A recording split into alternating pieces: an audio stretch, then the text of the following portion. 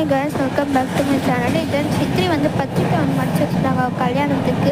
இந்த சைடு அப்படியே திரும்பி பார்த்தா என் சித்தி பையன் வந்து டிவி பார்த்துட்டு இருந்தான். அவனுக்கு வந்து ரொம்ப நாளாக வந்து ஒரு ஆசை, என் யூடியூப் சேனல் வந்து கடைசியில் வந்துட்டான். இது வந்து ரொம்ப ஹாப்பியாக இருப்பான்.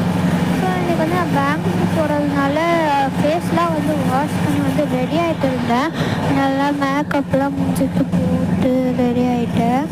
ஸோ மறுபடியும் போயிட்டு கோட்டு போட்டுக்கிட்டேன். ஆனால் இந்த ட்ரெஸ்ஸுக்கு வந்து அந்த கோட் வந்து நல்லாவே வந்து சூட் ஆகும். இந்த கலரும் அந்த கலரும் மேட்சிங்கிறனாலும் நான் லைட் கலர்ஸ் இருந்தாலும் நல்லாயிருக்கும். மறுபடியும் குறுக்கால கவுச்சி பண்ண மாதிரி என் சித்தி பையன் வட்டான். அவன் ரியாக்ஷன் பாருங்களேன். சரி அப்படின்னு எங்கே என் மாமா அப்படின்னு போய் தேடிட்டு மாமா அணைஞ்சிட்டு இருந்தேன்.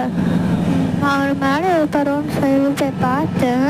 அந்த ரூமை போய் திறந்து பார்த்தா அவன் அங்கேயுமே இல்லை. ஸோ மறுபடியும் கீழே இறங்கி வந்தேன். கீழே இறங்கி வந்து அந்த ரூமில் இருக்காருன்னு அவன் அந்த ரூமில் திறந்து பார்த்தா அங்கே தான் இருக்காரு. இப்போ ரியாக்ஷன் கொடுத்துட்டு என்ன ஒர்க் பண்ணிட்டுருக்கோன்னு பார்த்துட்டேன். சரி எதுவும் டிஸ்டர்பன்ஸ்னு வந்து டிவி ஆன் பண்ணி பார்க்க ஆரம்பிச்சிட்டேன். சரி யூடியூப் வச்சுட்டு நம்ம ஜெனி அக்கா வீடியோ வந்து பார்த்துட்ருவோம். நான் வந்து ஜெனி அக்கா வீடியோஸ் வந்து பார்ப்பேன். நல்லாவே இருக்கும் அவங்களோட வீடியோஸ்.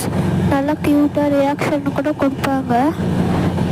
அவள் கூட ஷம்மி வந்து நல்லாவே நடிச்சிட்டு இருந்தாங்க. சூப்பராக இருந்துச்சு அவங்க வீடியோஸில். எனக்கு வந்து ரொம்ப பிடிக்கும். அதுக்கப்புறம் நான் கொஞ்ச நேரம் பார்த்துட்டே இருந்தேன். அதுக்கப்புறம் என்ஆர்எஃப்எம் வீடியோஸ் வந்து பார்த்தேன். இவங்களோட பெரிய ஃபேன் நான். ஜெனி அக்கா விட இவங்களோட வீடியோஸ்லாம் நான் நிறையவே பார்ப்பேன். ஸோ அவங்க வீடியோஸை அப்படியே பார்த்துட்டு இருந்தேன்.